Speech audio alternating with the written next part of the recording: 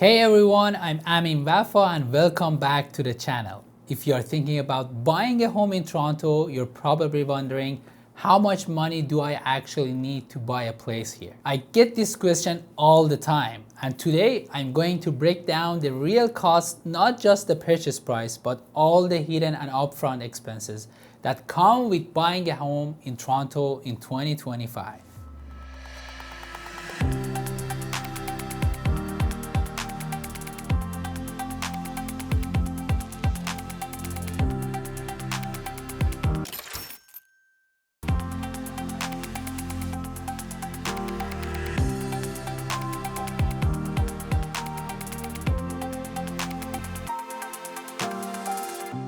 So first and most obvious, the down payment. If you are Canadian citizen or permanent resident, the minimum down payment depends on the price of the home. For example, for homes under 500K, you need at least 5%. For homes between 500 to 1.1 million, it's 5% on the first 500 and 10% on the rest.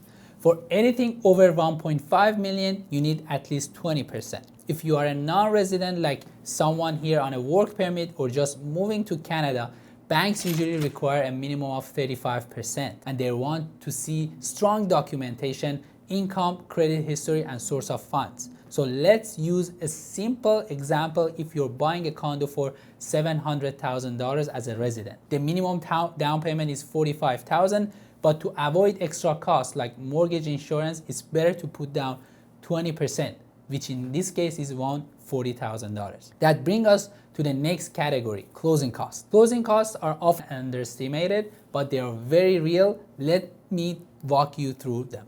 Number one, land transfer tax. Toronto buyers pay two land transfer taxes, provincial and municipal. For a $700,000 home, you're looking at roughly $20,000 total. First-time home buyers can get some rebates, but you still need to budget for it. Legal fees. You'll need a real estate lawyer to handle the transaction. This usually costs between $1,500 to $2,500 depending on the property and situation. Number three, title insurance. This protects you against issues with the title of the property, about $300 to $500. Home inspection, if applicable. If you're buying a resale home, always get an inspection. It usually costs between $400 to $600, and it's worth every dollar for peace of mind. Number five, a status certificate for condos. If you're buying a condo, you'll likely need to request a status, which costs around $100. It tells you about the financial health of the condo and corporation. Mortgage insurance, if less than 20% down. If you're putting down less than 20%, you need CMHC insurance. This cost is added to your mortgage, but it's still something to be aware. In the range of from 2.8 to 4% of your mortgage amount, depending on how much you put down.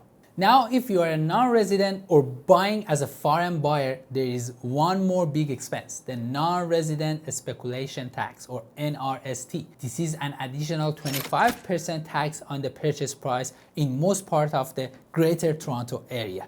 There are some exceptions, like if you have a valid work permit and meet certain residency requirements. But if not, you'll need to pay that on top of everything else. So let's recap with a quick example. You find a condo for $700K, you put down 20%, $140,000, you pay about $20,000 in land transfer taxes, legal inspection, title, and everything, it's around $3,000. Total needed upfront is $160,000 to $165,000.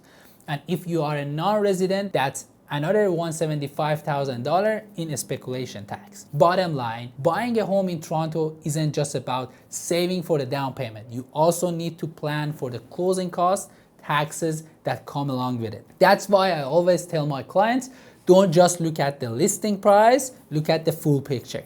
If you're thinking of buying soon and want a detailed estimate based on your situation, feel free to reach out. I'll help you understand your numbers and create a realistic plan. If this video helped you, make sure to like it, subscribe to the channel, and hit the bell so you don't miss next week's video, where I'll talk about the biggest mistake first-time home buyers make in Toronto and how to avoid them. Thanks for watching. I'm Amin Vafa, and I'll see you next time.